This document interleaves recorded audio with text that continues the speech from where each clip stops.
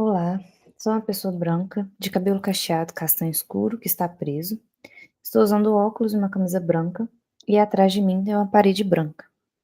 Eu me chamo Débora Moreira Lurdilo, estou vinculada à Universidade Federal de Viçosa, e meu trabalho, junto com a segunda autora, Betânia Medeiros Jeremias, é intitulado A Exclusão Digital na Educação Infantil em Tempos de Pandemia, Desafios e Implicações.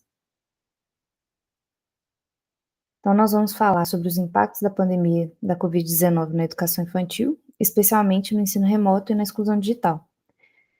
Quando, em 2020, né, as escolas fecharam, o ensino remoto emergencial foi adotado como uma alternativa para manter as atividades educacionais. Só que, na prática, esses desafios enormes, né, como a desigualdade socioeconômica e a exclusão digital. E aí, professores, famílias e, principalmente, as crianças sentiram as dificuldades desse modelo. E aí, mesmo com as diretrizes do CNE, né, do Conselho Nacional de Educação, as políticas públicas não foram suficientes para garantir que todas as crianças tivessem acesso de forma justa. Muitos professores não estavam nem um pouco preparados para usar as tecnologias digitais da informação e comunicação, e muitas famílias não tinham estrutura para acompanhar as atividades. E aí, a falta de equipamentos e de internet adequada agravou também, né, só piorou a situação. Esse estudo, então, analisa exatamente isso, né? Como que a exclusão digital afetou a educação infantil durante a pandemia. E aí, a partir de uma revisão teórica, nós exploramos a relação entre a educação, a tecnologia e desigualdade social, com base em autores como Finberg, Dalbor e Jeremias. E aí, a pesquisa parte de 3 pontos principais. A pandemia aprofundou desigualdades, prejudicando principalmente as crianças mais vulneráveis. A formação docente não foi suficiente para lidar com os desafios do ensino remoto.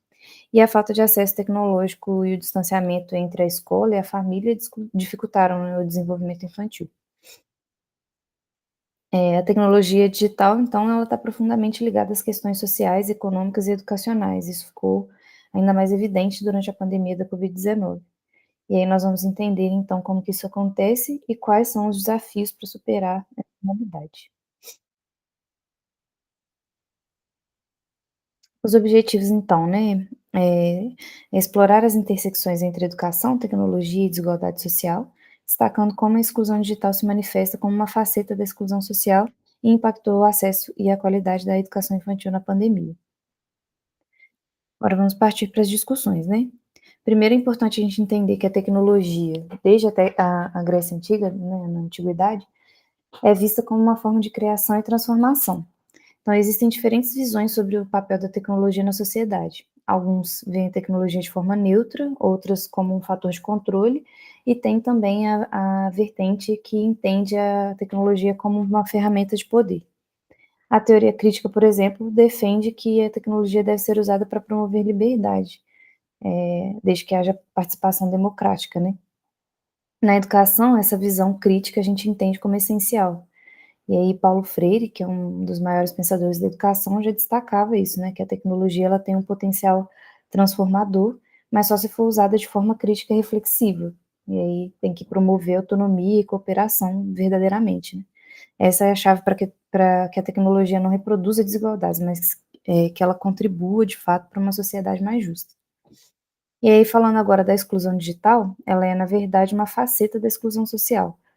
No Brasil, milhões de pessoas ainda não têm acesso à internet, especialmente nas classes mais baixas e nas regiões mais pobres. E aí a pandemia escancarou essa realidade, né? Enquanto alguns puderam continuar estudando e trabalhando remotamente, outros, muitos, ficaram completamente desconectados. E aí os dados, né, mostram que em 2021 quase 10 milhões de brasileiros não usavam a internet, a maioria das classes D e E.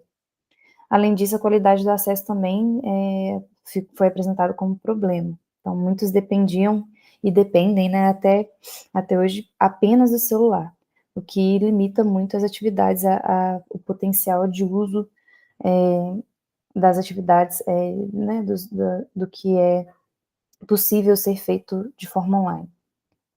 Na educação, a exclusão digital também ela teve um impacto que foi devastador, né. Durante a pandemia, o ensino remoto emergencial foi adotado, mas milhões de estudantes foram excluídos por causa da falta de acesso à internet ou de dispositivos adequados.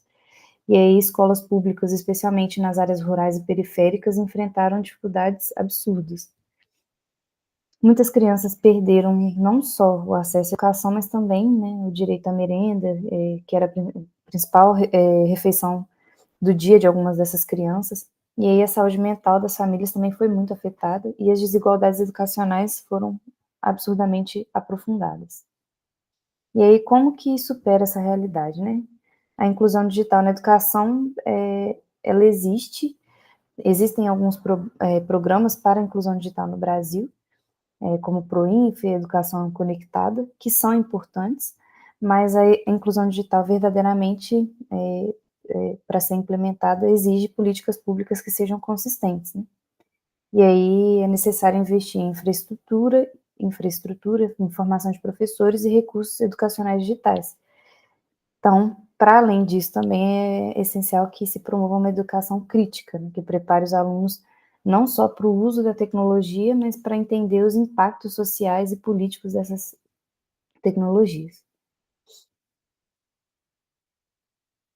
Então, em resumo, a exclusão digital na educação infantil ficou ainda mais evidente durante o ensino remoto emergencial, e o impacto das desigualdades sociais e tecnológicas não se limitou à falta de acesso à internet ou de dispositivos, mas ao uso crítico dessas ferramentas, né, que muitas vezes não foram incorporadas de forma adequada ao ensino.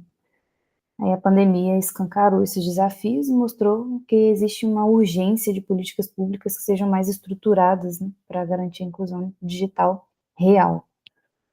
A tecnologia não é neutra, né, ela reflete as desigualdades da sociedade. E aí na educação infantil, onde o contato social, o aprendizado lúdico são fundamentais, a falta de acesso prejudicou diretamente o desenvolvimento das crianças. Para minimizar esses impactos, estratégias alternativas como materiais impressos, transmissões de aulas pelo rádio e pela TV e até ligações para orientar as famílias foram adotadas. Mas essas soluções, improvisadas, né, foram essenciais, mas precisam ser aperfeiçoadas, e compreendidas de uma outra maneira, né, é preciso entender a importância de se pensar uma educação infantil de fato, inclusiva, né, para todas as crianças e a educação, e a inclusão digital ela passa por isso também.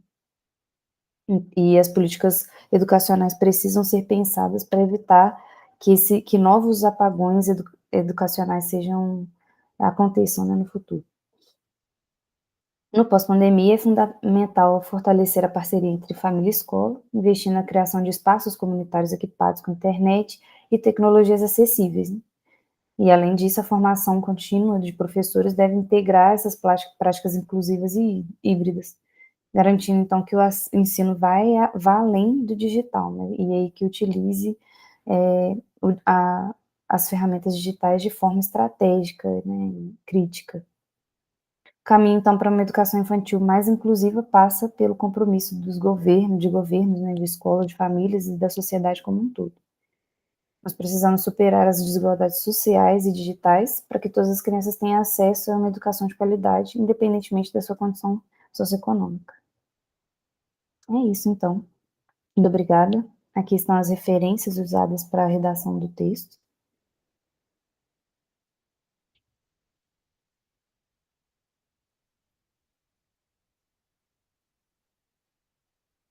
Comissão científica do evento, a comissão organizadora e o contato. Muito obrigada.